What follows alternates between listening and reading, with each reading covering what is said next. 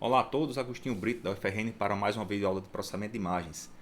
Nessa videoaula a gente vai continuar um assunto que nós temos gravado aqui em outra aula, né? Já apresentamos aqui no nosso canal, que é o conceito de compressão de imagem, o conceito de compressão de imagem. A gente deu na outra aula uma breve introdução do que seria compressão de imagens e nessa aula a gente vai falar um pouquinho sobre compressão sem perdas. São os dois tipos principais de compressão, com perdas e sem perdas, e a gente vai ver um algoritmo, né, dois algoritmos na verdade, que são muito usados, né, em formatos de armazenamento de imagens sem perdas. O que é a compressão sem perdas? É aquela compressão onde você não perde informação alguma do dado que você capturou. A matriz que você captura, que vem lá pronta do teu sensor, ela é gravada em forma bruta e é gravada sem perdas. De forma que se você quiser recuperar a imagem do jeito que ela era, você consegue. Existem muitos códigos, né, muitos algoritmos que fazem isso, mas a grande parte dos algoritmos, inclusive algoritmos de compressão com perda, como a gente vai ver em outra oportunidade, trabalham com essa codificação que a gente vai mostrar aqui, chamado de código de Huffman. Para que ele serve? Né? Uma das coisas que você busca quando está trabalhando com compressão de imagem é reduzir a quantidade de bits, não é nem bytes, é a quantidade de bits por tons ou por símbolos que porventura existam na tua sequência de dados que você quer comprimir. O código de Huffman não serve só para processamento de imagem, serve para uma quantidade enorme de aplicações. E como é feito o algoritmo de Huffman? Basicamente, o que você tem na entrada do algoritmo é um conjunto de símbolos e um conjunto de probabilidades. O que são esses símbolos? Os símbolos podem ser muitas coisas. Podem ser, por exemplo, um tom de cinza que você escolheu. Se você tiver uma imagem com 255 tons de cinza, 256 tons de cinza, você teria 256 símbolos para codificar. O símbolo pode ser também, por exemplo, uma sequência de dois tons de cinza, o tom de cinza 100 seguido do tom de cinza 130, isso aí seria um símbolo para você. E cada um desses símbolos que você extrai da tua imagem com outro tipo de algoritmo, né, que vai servir para fazer a extração de símbolo, ele tem uma probabilidade de ocorrência. E o que é que o Huffman visa? Ele visa atribuir uma certa sequência de bits para os símbolos que têm essa necessidade de serem codificados de acordo com a probabilidade que eles têm.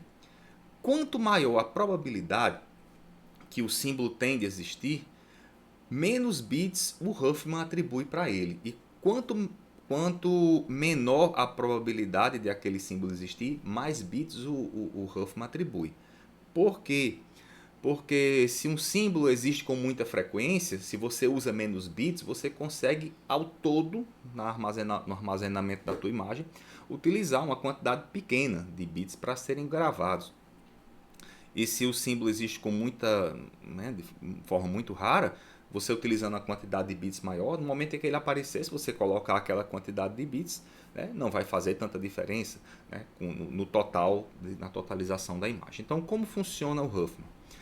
O primeiro passo é ordenar os símbolos de acordo com a probabilidade que eles têm, né, a sua probabilidade de existência. E aqui, por exemplo, eu tenho um conjunto de 6 símbolos que precisam ser codificados e eles estão ordenados por probabilidade. Como funciona o Huffman? Você vai agregando os símbolos de menor probabilidade, juntando as probabilidades dele e fazendo esse processo iterativamente até que no final você só tenha a conjunção de duas dessas probabilidades. Para que vai servir isso, né? Esse tipo de estratégia? É que o Huffman ele vai preparar uma espécie de árvore. E a árvore vai seguir, né, de uma decisão mais genérica para decisões mais específicas no processo de determinação de que símbolo corresponde a que sequência de bits, de acordo com essas probabilidades. Então o Huffman vai agregando as probabilidades 2 a 2, agregando os símbolos de probabilidade menor até que você chegue com apenas dois elementos na sua redução. Essa é a ideia do código de Huffman. O símbolo, por exemplo, A3 e A5, né, são os dois símbolos que tiveram menor probabilidade, quando juntos eles geram essa probabilidade 0,1. Então a conjunção desses dois símbolos com esse outro, que é de menor probabilidade que tinha, gera outra conjunção. Agora ela é maior do que a probabilidade do A1, que vem para cá. E esse processo ele vai se dando até que você tem apenas 2 símbolos. E aí o Huffman faz o caminho contrário. Dado que você tem aquela estrutura de reduções, você vai atribuindo bits e acrescentando outros bits no momento em que você caminha no sentido contrário do processo de redução. Então, por exemplo, né, nesse processo de codificação, a sequência desses símbolos, né, que iriam do A1 até o A6, descartando o A2, teria uma probabilidade de ocorrência para eles de 0,6. Então, você vai dar para ele um bit igual a 0 e para esse outro um bit igual a 1. O que significa isso? É que se no fluxo de saída, por exemplo, você havia decodificado o último símbolo, você vai decodificar o fluxo seguinte, aparece o bit 1, você já sabe que o bit 1 está associado com o símbolo A2. Se porventura aparece o bit 0, significa que o bit 0 está associado com o restante dos símbolos. Então você vai ter que caminhar numa árvore para descobrir qual é o próximo símbolo. Se você chegou e verificou que o primeiro símbolo decodificado era o 0 e o segundo era o 0, opa, já encontrei o símbolo A6. Não, o segundo símbolo decodificado, né, na sequência da árvore era o símbolo associado com o bit 1. Então o bit 1 agora ainda não tem uma certeza de quem exatamente ele representa. Então você sai caminhando na árvore. Essa é a ideia do código de Huffman. Por exemplo, para essa codificação que o Huffman tem aqui, analisando, né, as probabilidades de cada um dos códigos e seus respectivos códigos, né, na saída da geração, você teria uma média de 2,2 bits por pixel, dependendo do tamanho da imagem que você tenha. E para cada símbolo que você tem aqui, você tem um código diferente. E não há confusão. Quando você decodifica um símbolo, digamos, eu comecei a decodificar a cadeia e peguei logo um bit 1. Se você pega o bit 1, você tem certeza que aquele bit 1 corresponde ao símbolo A2. Ele não pode corresponder a nenhum dos outros, porque nenhum dos outros começa com 1. Se você pegou o símbolo, por exemplo, 101, 1 começou um símbolo, você não decodificou, é fora. Depois vem a outra sequência, 01. 01 quem é? 0, 1. Então, 01 somente não dá para decodificar símbolo nenhum, você precisa pegar um bit a mais. Então, se tiver na sequência 0, 1, 1, aí esses três formam um padrão de um símbolo, um código de um símbolo. Aí 0, 1 representa o símbolo A1. Encontrei outro símbolo, coloca o símbolo na saída para ele ser processado. E aí você recomeça o processo de determinação do código. Então, essa é a tarefa do algoritmo de Huffman. Ele normalmente funciona bem, né, para uma quantidade de símbolos pequena, mas quando você coloca uma quantidade de símbolos muito grande, o que vai acontecer é que essa cadeia de bits ela vai começando a aumentar. Aí pode não ser lá uma estratégia muito boa trabalhar com o Huffman quando você tem uma quantidade de símbolos muito grande. Mas via de regra funciona bem. Por exemplo, se você tivesse essa sequência na saída 0, 1, 0, 1, 0, 1, 0, 1, 0, que símbolo corresponde a essa sequência?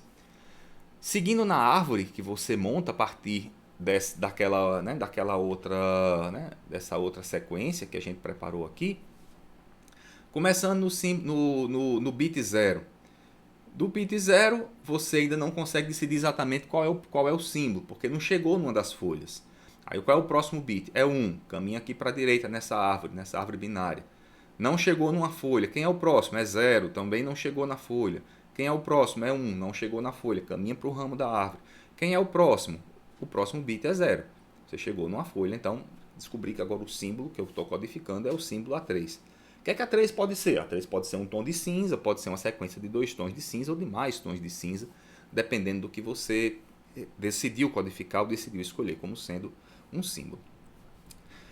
Então o Huffman é usado para isso, ele é usado para gerar os símbolos na saída em bits, né? Sequência de bits que depois serão agregados em bytes para ser lançados dentro do arquivo, que você vai utilizar para fazer a compressão daquela tua sequência.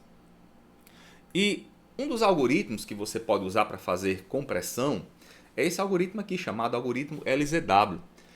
O algoritmo chamado Lempel-Ziv-Welch, né, que ele foi atribuído a esses pesquisadores, É um dos algoritmos mais usados no mundo.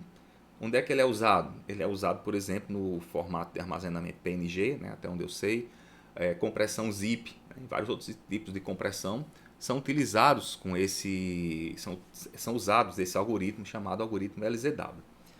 O que é que ele faz? Ele atribui códigos de comprimento fixo a palavras de comprimento variável. Então, se você tem códigos de tamanho diferente, se você tem palavras de tamanho diferente, símbolos de tamanho diferente, ele vai utilizar um código de comprimento fixo para você. O que é que pode ser esse código de comprimento fixo? Pode ser um inteiro, que você está associando com uma sequência de tons de cinza. A palavra seria a sequência de tons de cinza e o código seria o valor inteiro. Então, ele é usado para quê? Aqui está bem claro, né? Ele é usado para compressão de informação que não se conhece a priori. Por exemplo, uma imagem que você quer salvar. Você acabou de tirar uma fotografia do mundo, fotografou a cena, e você não sabe o que tem naquela cena. Geralmente ninguém sabe, ou melhor, o algoritmo não sabe. Então você quer fazer uma compressão, você vai utilizar o algoritmo de Lemperl-Ziv-Walt para fazer a compressão, se você quiser uma compressão sem perdas.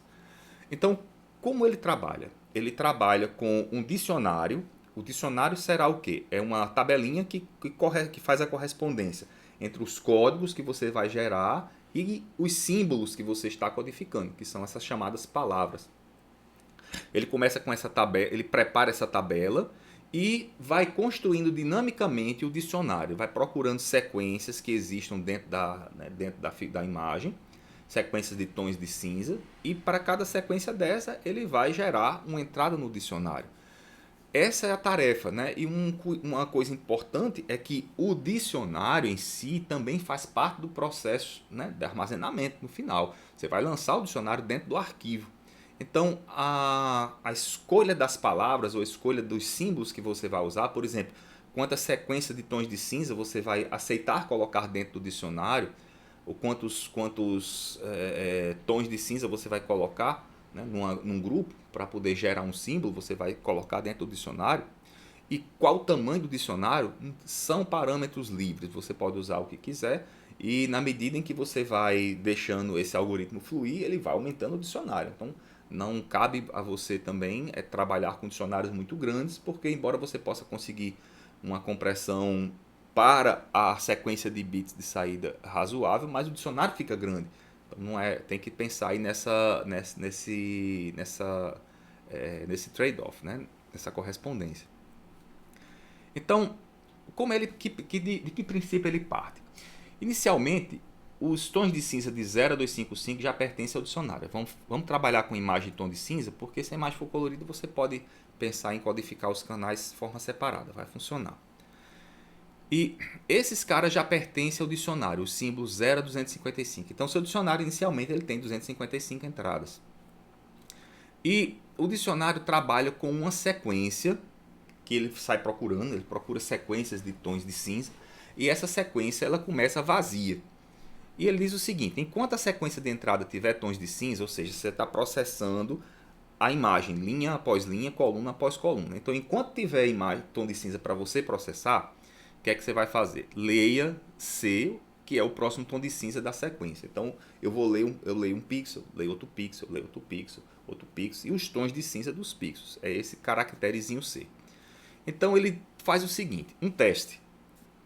Verifique se a sequência S mais C tem no dicionário. O que é a sequência? São a sequência de tons de cinza. Inicialmente ela começa vazia. Então, se ela está vazia e você encontrou o primeiro tom de cinza, por exemplo, o tom de cinza 200, qual é a sequência que você tem agora? É só 200. Essa sequência existe no dicionário? Se ela existe, você atualiza o valor da sequência. A sequência passa a ser S mais C. O que é que esse teste está fazendo? Ele verifica, é uma sequência que eu conheço, já está no meu dicionário? Se ela é uma sequência que já está no meu dicionário, eu vou procurar uma outra sequência. Vou procurar uma sequência combinando aqui, já está no dicionário, mais um outro tom de cinza que está surgindo. Se não, essa sequência daqui, ela não existe no dicionário ainda. Então, o que é que você vai fazer? Uma sequência nova que eu achei. Coloca a sequência S na saída codificada, a sequência que você encontrou, e adicione aquela sequência ao dicionário. que é para quê? Para você encontrar mais um elemento da sequência. E faz com que a sequência receba o valor daquele caractere. Né? Caso você encontrou, a sequência agora vai mudar. Ela vai receber o valor do caractere que você encontrou para ele começar a procurar sequências que começam com aquele caractere. E fica varrendo. Né? E esse processo, no final, insere a sequência, o código S, na saída codificada. Vamos ver um exemplo, né? Aqui de uma pequena imagem, né? Uma imagem 4x4, bem pequenininha, para a gente ver como é que ficaria a saída codificada e as respectivas entradas do dicionário. Por exemplo, você começa com o pixel 39. O pixel 39 foi esse primeiro pixel que foi lido aqui. Esse pixel 39 é uma sequência reconhecida? Ele é uma sequência que foi reconhecida. Como ele foi uma sequência reconhecida, o que é que você vai fazer? Você, por enquanto, não vai fazer nada. Né? Essa sequência aqui é apenas o primeiro pixel aqui do grupo. Depois, aquele pixel ele já existe no dicionário. Então, como ele existe no dicionário, você vai codificar a sequência S para que agora ela fique com o valor S mais C. Você não vai colocar nada na saída ainda. Você apenas reconheceu que aquela sequência existiu. Então, a sequência reconhecida agora é a sequência 39. Ela vai aqui para ser colocada na saída. E você agora pegou o próximo pixel, que é o pixel 39. Aí você pergunta, né? Essa sequência 39 que você acabou de achar, você não tinha sequência nenhuma, né? Não tinha valor de sequência nenhum. Agora pegou 39 e concatenou. 39 tem no dicionário? Tem. Ela tem no dicionário. Então, o que é que você vai fazer? Você vai pegar o 39, lançar na saída. E a sequência 39, 39, que é os dois pixels que vem em seguida, esse 39 mais o próximo que você acabou de achar, que é essa ideia daqui, ó, pegar a sequência e somar com o C, que ela agora existe no dicionário, o 39 tem no dicionário. Então, você vai concatenar o 39 que tem no dicionário, mais a sequência S, mais o 39 que tem ali. Junta as duas. Essa sequência 39 e 39 vai participar agora do dicionário de entrada. O índice dele vai ser 256. Lembrar que do 0 a 255 já está marcado, já pertence ao dicionário. Então, você vai criar uma nova entrada no dicionário. E aquele 39 que você achou, você vai lançar na saída. Tá? E aí o processo recomeça. Peguei outro pixel, né? 126. Tá aqui o pixel 126. Aí você faz o teste, ó. Lê o 126. Qual é a sequência S? A sequência S está com 39, que ele reiniciou. 39 e 126 existe no dicionário? Não. Não tem no dicionário. A sequência 39 e 126 não tem no dicionário. Então, você vai pegar a sequência reconhecida 39, lança na saída a sequência reconhecida e cria uma nova entrada, 39 e 126. O que é que o algoritmo está identificando? Está identificando as sequências que estão aparecendo, sequências novas que ele ainda não conhece de símbolos. Então, 39 e 126 vai para a saída. Encontrei aqui um 126, né? Uma sequência 126. E aí, encontrei o 126, a sequência reconhecida, né? Peguei o valor do 39. E aí, encontrei uma outra combinação, 126 e 126, que foram os dois próximos que chegaram, 126 e 126. 126 e 126, pegando o último pixel que eu tinha S, que foi copiado para a sequência, e juntando com esse outro, existe no dicionário? Não, não tem no dicionário não. Então, você coloca o 126 na saída, que foi a última sequência que você reconheceu, coloca na saída para aqui, e acrescenta mais essa entrada no dicionário. Peguei outro pixel, 39, né? O 126 agora foi para a sequência reconhecida. Peguei agora o 39. Aí vem a pergunta, 126, 39, existe no dicionário? Não, não tem no dicionário. Então, você vai pegar o 126, que você tinha, que era o último valor da sequência, lança na saída e acrescenta aquela entrada no dicionário. Então, o algoritmo ZIP, né, Lempel-ZIV, já identificou uma sequência com dois elementos, 2, 3 e agora a quarta sequência, que é 126, 39. Lembrar que ele sai varrendo a imagem como se fosse uma linha inteira. Peguei agora a segunda linha, 39 e 39. Aí pegou aqui o 39. 39 e 39, esse 39 e 39 existe no dicionário. Ó, o 39 e 39 existe no dicionário? Tem 39 e 39 no dicionário, então você não vai fazer nada.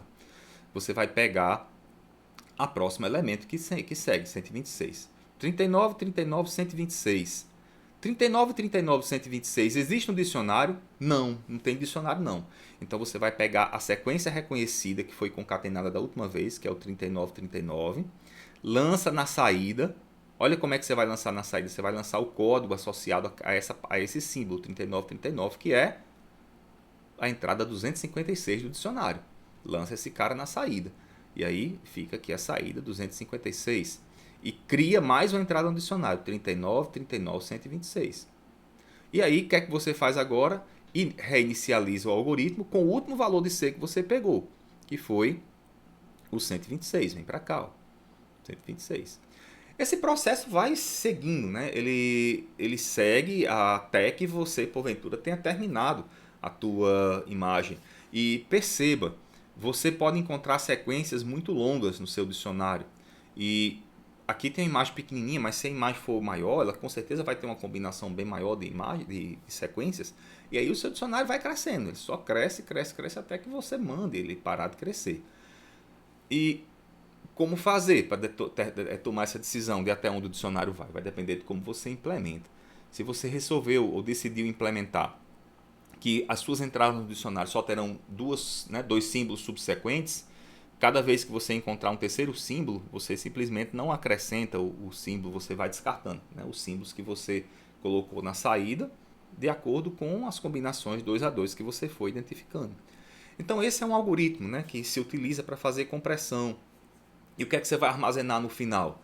Depois que você pegar essa saída codificada, você vai executar código de Huffman com uma saída codificada. Você vai ter vários desses símbolos que você vai preparar na saída.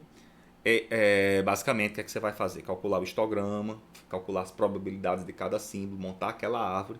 E para cada entrada, para cada saída dessa daqui, você vai gerar um símbolo, né, uma combinação de bits equivalente a cada uma. Então, armazena a combinação de bits, armazena o dicionário lá no teu arquivo, está codificado o arquivo. Exemplo de formato de armazenamento que usa esse tipo de estratégia, até onde eu sei, o formato de armazenamento PNG. Ele trabalha com compressão sem perdas e ele usa esse algoritmo aí para trabalhar, certo? Então, é um exemplo de estratégia de compressão. Ela é bem simples, né? Ela só sai identificando essas sequências. Quando ele encontrou uma sequência já conhecida, ele lança a sequência na saída. Ele é utilizado para vários tipos de coisas, não somente imagens, mas arquivos como um todo. E o processo de compressão gera esses dicionários que tem que ser guardados dentro da figurinha. Tá? Como é que você pode melhorar ou tentar trabalhar com essa estratégia de detecção? Melhorar um pouquinho. Você pode tentar fazer codificação em planos de bits, é outra maneira de codificar. Você pega a tua figura, você codifica para a imagem. Codifica uma imagem apenas no bit 0 de cada um dos bytes da tua figura, depois no bit 1, no bit 2 até o bit 8. Em que é que isso pode ajudar? Se você imaginar, né, no bit 0, basicamente você vai ter uma espécie de threshold que a sua imagem possui, uma quantidade muito grande de regiões que têm a mesma cor. O que é que você pode fazer? Você pode classificar por comprimento de corrida. Como você vai ter muitas regiões vizinhas que têm a mesma cor, fica mais fácil você trabalhar com codificação por comprimento de corrida. Nós já vimos isso aí em outra aula aqui no canal, tem gravadinho. E os bits que têm uma quantidade menor, né, que estão mais próximos ali do final, dos bits menos significativos, a quantidade de informação que tem neles é muito pequena. Então você pode até descartar esses bits menos significativos para que você não tenha para que você não tenha tanta perda assim. Mas dá para fazer com compressão sem perdas, né, codificando também esses planos. Outra forma é fazer codificação com previsão, você prevendo os tons seguintes com base nos tons anteriores e armazenando apenas a diferença. Por exemplo, se eu tenho uma sequência de uma quantidade muito grande de pixels, todos eles com valores igual a 255, eu armazeno o primeiro e a diferença para os seguintes vai ser toda igual a zero. Então posso conseguir codificar um zero com quantidade menor de bits do que a, a codificação anterior. Por exemplo, né, fazendo esse tipo de aproximação, uma previsão linear. Você tem cada pixel como sendo uma previsão, né, da linha anterior, e isso seria uma maneira de você fazer algum tipo de compressão. No arredondamento você pode ter alguma perda, né? Mas se você tirar o arredondamento você fica lá com a compressão sem perdas, tá? Então foi isso. Fechamos por aqui. Espero que vocês tenham aproveitado um pouquinho, né, esses conceitos de compressão sem perdas, e a gente se encontra em outra oportunidade de aprender um pouco mais sobre processamento de imagens aqui no nosso canal. Até lá!